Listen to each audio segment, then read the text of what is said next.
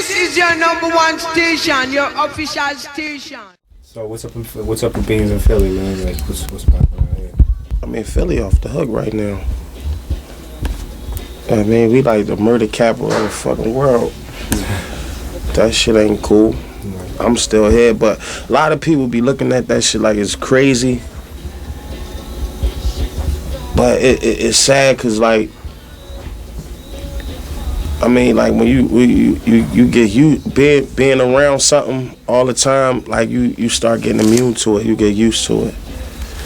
I said that before, like in an interview a while ago. Like even with the jail, like when I went to jail, like the worst part of that whole jail situation for me was like getting used to it.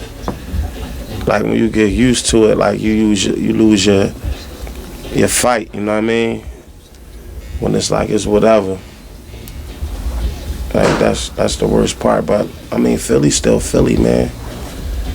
You know what I mean? South Philly motherfuckers kill at will. Let's go with Freeway. I just seen Free the other day. Free doing his thing. He doing what he do. He working on his project, his album. Are you involved in Freeway's project? Nah. Is it gonna be featuring any songs with you? Nah. I mean, I don't know, man. I see everybody in state property like individually. Yeah. Like I see Crack, you know what I mean? Kick it with Crack. Free. I kick it private with Chris the most though. So what's Crack's situation?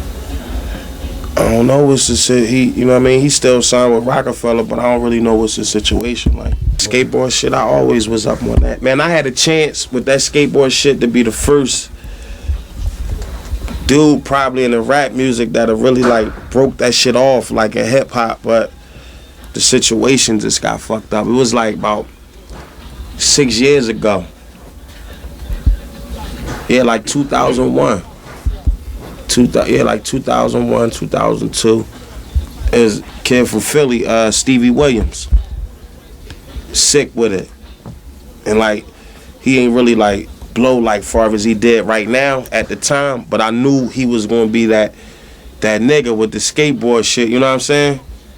Cause he was from Philly, he was sick with it, and I was telling Dame, like, I brought him up, like, yo, we had the Pro Cat shit and the state property clothing line. That's when it first popped off. So I wanted to do like a whole line of clothes and sneakers strictly on the skate aspect, and like had Stevie Williams like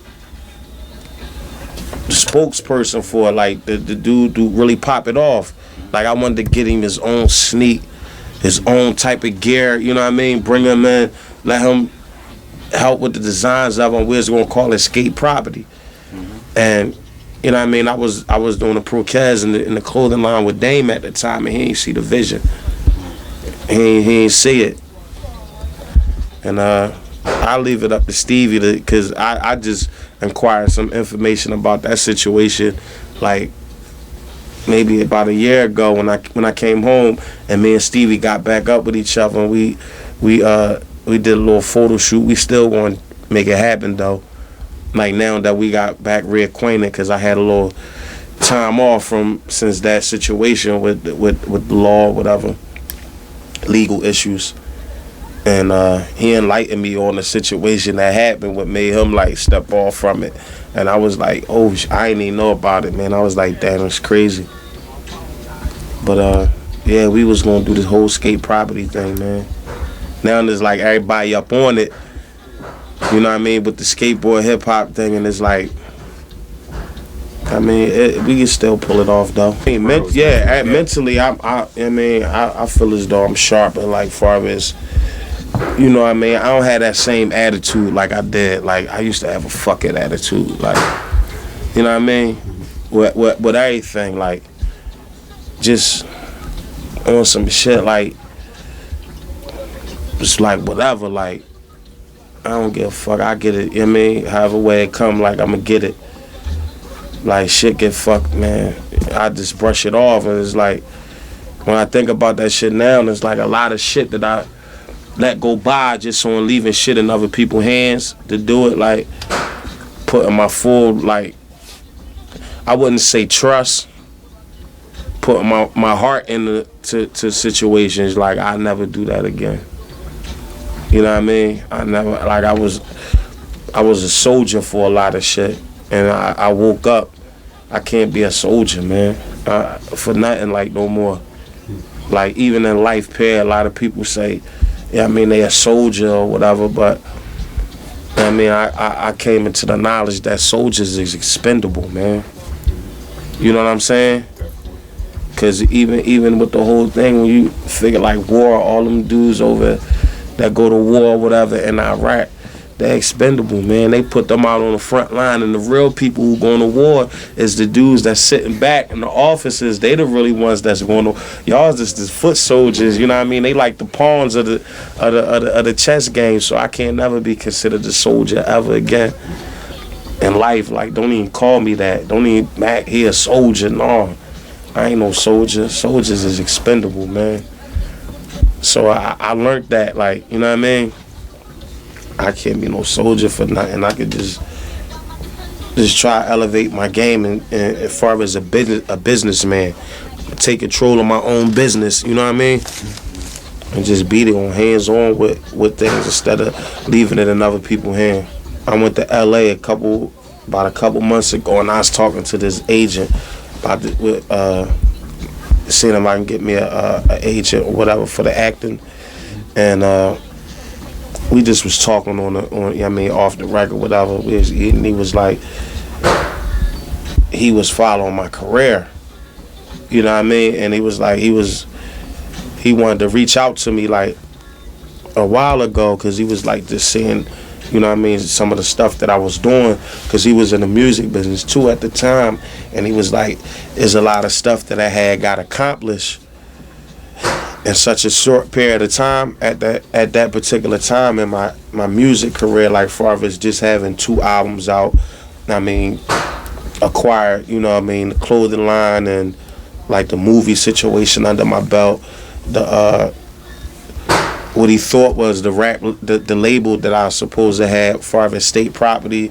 and bringing the squad on. He was like, there really wasn't too many people that made that transition like I did at the time. And then when I was telling him that it really wasn't a label and all that, he was like, he knew. He was like, that's crazy. He was like, that's the same thing that he went through. That's why he wanted to work with me, because he knew that a lot of things like that I was doing, I should have been compensated. And he said he was happy when he made his first $1 million. You couldn't tell him nothing. You know what I mean? That feeling he had, like, I'm on my way. But he said it all went away when he found out he's supposed to made 10. You know what I mean?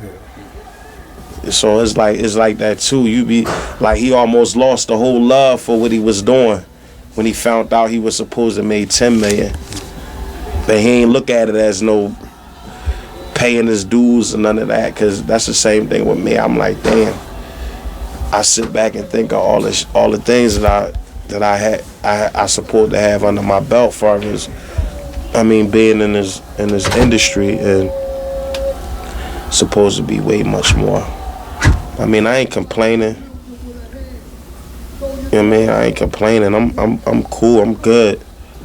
But I supposed to be great. So, clothing line. Clothing line, good money. Clothing line still doing. I mean, I'm working it out right now with the clothing line situation, and just like controlling the whole thing with the clothing line. It wasn't represented the way it should have been, and that's my fault. With, like I said, with that whole fuck it, you know what I mean, leaving shit in other people's hands. And then when you, like, it's crazy, because, you know what I mean, when I got booked and I was sitting in the jail, like, I was like on the inside, on the outside, looking inside, if you could follow me on that shit. You know what I'm saying? Yeah. So I just was peeping a lot of shit. And then when I started coming around and being there for certain shit, it was just certain shit I was hearing, and certain ways that the clothing line was being carried that I wasn't with it. Like, we gotta do shit that, like, it was like people ain't had a full interest in shit, you know what I mean?